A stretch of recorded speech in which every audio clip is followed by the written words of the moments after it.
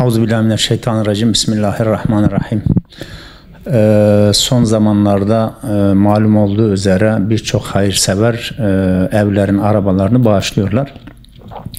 Bu meyanda bir hayırsever kardeşimiz ki isminin söylenmesini istemedi, bir bisikletini getirdi bize, teslim etti. Gazze'ye verilmek üzere. En son yine Adana'dan bir hayırsever 30 milyon lira değerinde bir villasını bağışlamıştı. Tabii bu ilk başladığında ben şöyle bir dua ettim. Dedim inşallah bu salgın halini alır ve gerek yurt içinde gerekse yurt dışında insanlar böyle arabalarını, evlerini, bisikletlerini ve diğer kıymetli eşyalarını Gazze'ye verilmek üzere bağışlarlar. Elhamdülillah 2 gün önce de 2 yaşında bir Sacit Edip adında bir yavrumuz bayram harçlığını getirdi. Yani elhamdülillah duyarlı insanlar çok. Ne zaman ahirete gideceğimiz de belli değil. Biliyorsunuz birçok Hristiyan ülkesi başta Amerika olmak üzere Hindistan, hatta birçok Arap ülke liderleri İsrail'i destekliyorlar. Gazze'nin Allah'tan başka kimsesi yok ve bir de duyarlı Müslümanlar. Artı onun dışında hani duyarlı olan Hristiyanlar da var.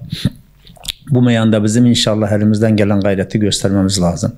Ne verebiliyorsak, yani az çok dememek lazım. Hani biliyorsunuz Peygamber Aleyhisselam savaşa gittiğinde sahabelerden yardım yapmalarını istedi. Kimi malın hepsini getirdi, kimisi de bir avuç hurma getirdi çünkü o vardı.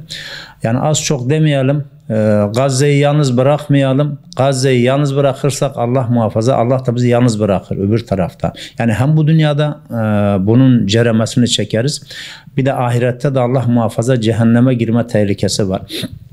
Yani biz eğer Allah-u Teala'nın emrini yerine getirirsek, Gazze'nin yanında yer alırsak hem dünyamız mamur olur hem de ahiretimiz mamur olur. Bunu küçük görmemek lazım.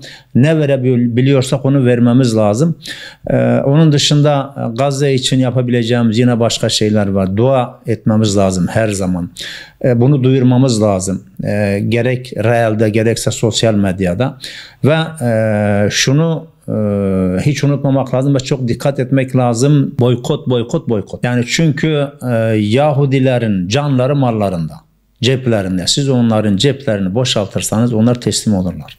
Biliyorsunuz Peygamber Aleyhisselam onları kaleden çıkarmak için hurma ağaçlarını kestirdi.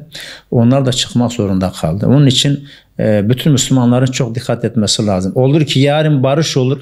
Barış olsa bile bu Yahudi mallarını bizim boykot etmemiz lazım. Ben buradan hayırseverlere sesleniyorum. Bu bisikleti de almak isteyen hayırsever varsa onu da yani bisikletin ederinden daha fazlasını istiyoruz onlardan. Çünkü Gazze'ye gidecek. Ne verirlerse onlar için kârdır. Onlardan yardımlar yapmalarını bekliyoruz. Yardım yapmalarını bekliyoruz. Gazze'yi bizim yardımsız bırakmamamız lazım. Allah-u Teala hem bu kardeşimizden hem de şimdiye kadar yardım yapan kardeşlerimizden razı olsun. Allah-u Teala hayırlarını kabul etsin.